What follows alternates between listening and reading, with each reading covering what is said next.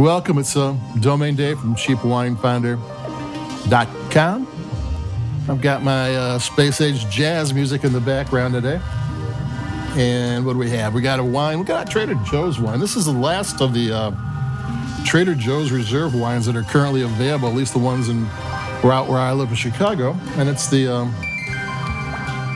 Trader Joe's Reserve Paso Robles Syrah 2019 Lot 100.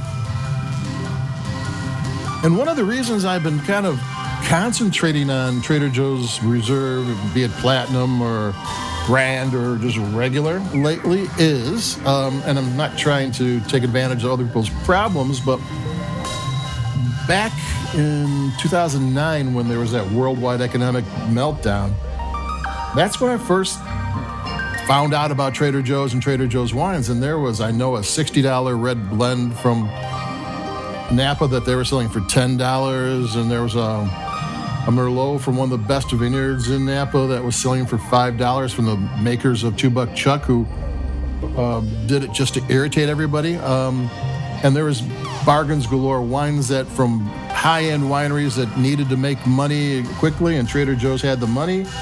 So there was all sorts of bargains there. You know, when there's trouble, you know, there are people with money, they can take advantage of it, and they pass it on to us. And with COVID-19, a lot of wine bars and restaurants haven't been able to open up and haven't been able to have hours where people can sit and drink. You know, in the major cities is where a lot of this happens. And a lot of these wines that didn't sell for the year have new vintages coming up, and the new vintages have to sell, and they go elsewhere. And no one actually tells you, oh, by the way, this $40 wine is now selling here for, you know, whatever. So I'm looking, you know, so I'm always got a feeling, is this, you know, the wine's got to go somewhere. Is this where it's happening? So I'm going to take a sip. We already did the Sonoma, Cabernet Sauvignon that Trader Joe's actually went out and said this is one of the better producers and this is their brand that goes to restaurants. Brands do that. They have some brands that'll go to wine shops, some that'll go to here, some go there. And this was their restaurant-focused wine that needed to be sold, and it's $10 at Trader Joe's. The Syrah, they don't actually say, and one of the things about this Syrah is that they've been doing the Paso Robles Syrah since at least the 2013 vintage.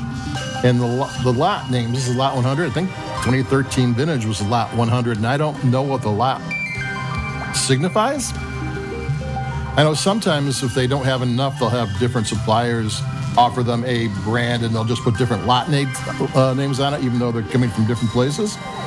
But, you know, over a course of 8 years, I don't know.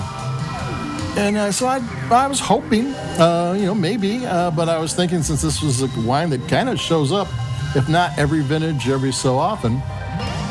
And then I opened the bottle and had a real cork. I get less than 10 real corks a year. I mean, maybe 5 or 6. You know, you get a real cork if you're having decent sparkling wine. But so many corks are composites, plastic type of things, or even wines from Europe. It's so rare, and I opened up a Trader Joe's $10 wine, and there's a real cork in there. So that's weird, because whoever made it, and the name of the company on the back says Familia Nueva Winery or Vineyards. They've been making Trader Joe's wines forever, and they actually used to have a web page, and I think they were the oldest Hispanic-owned winery in California, but they seem to be gone. They seem to be just a name, a faux winery now. So who they really are, I don't know. So all of a sudden, this could be something different, and it's got this real cork. I pour the glass, and it's this opaque, deep, dark black cherry, which that's from the skins of the wine. And yeah, the Syrah grape will do that to you, but they actually extracted the grape and all the tannins and all the skin colors. 2019, this wine was fermented in 2019. It wasn't released in 2022 in winter.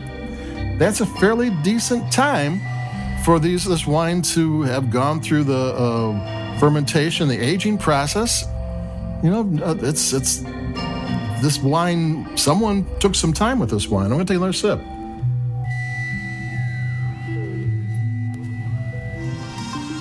Then I tasted it, and it's this rich, dark flavors with this burst of spice in the beginning and even on the mid-palate, different flavor of spice. Like, whoop, that's Syrah for you.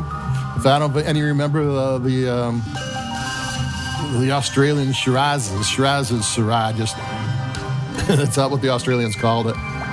And how spicy those wines could be, and how they would make the fruit flavors bold enough to balance out the spice. And this is, this isn't actually all that bold. It's full-bodied, but it's kind of has a little bit of elegance to it. Again, it's a $9.99 wine that has a full-bodied $9.99 wine that's elegant. It has good extraction. The oak program, it's not all chocolate and vanilla. Sometimes the crowd-pleasing kind of things.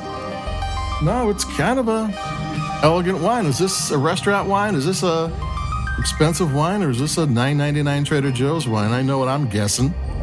I'm thinking that there's a story to tell that I don't know. But try it and see what you think. I like it. This is a real deal. I'm happy with my purchase. I've got a bargain wine.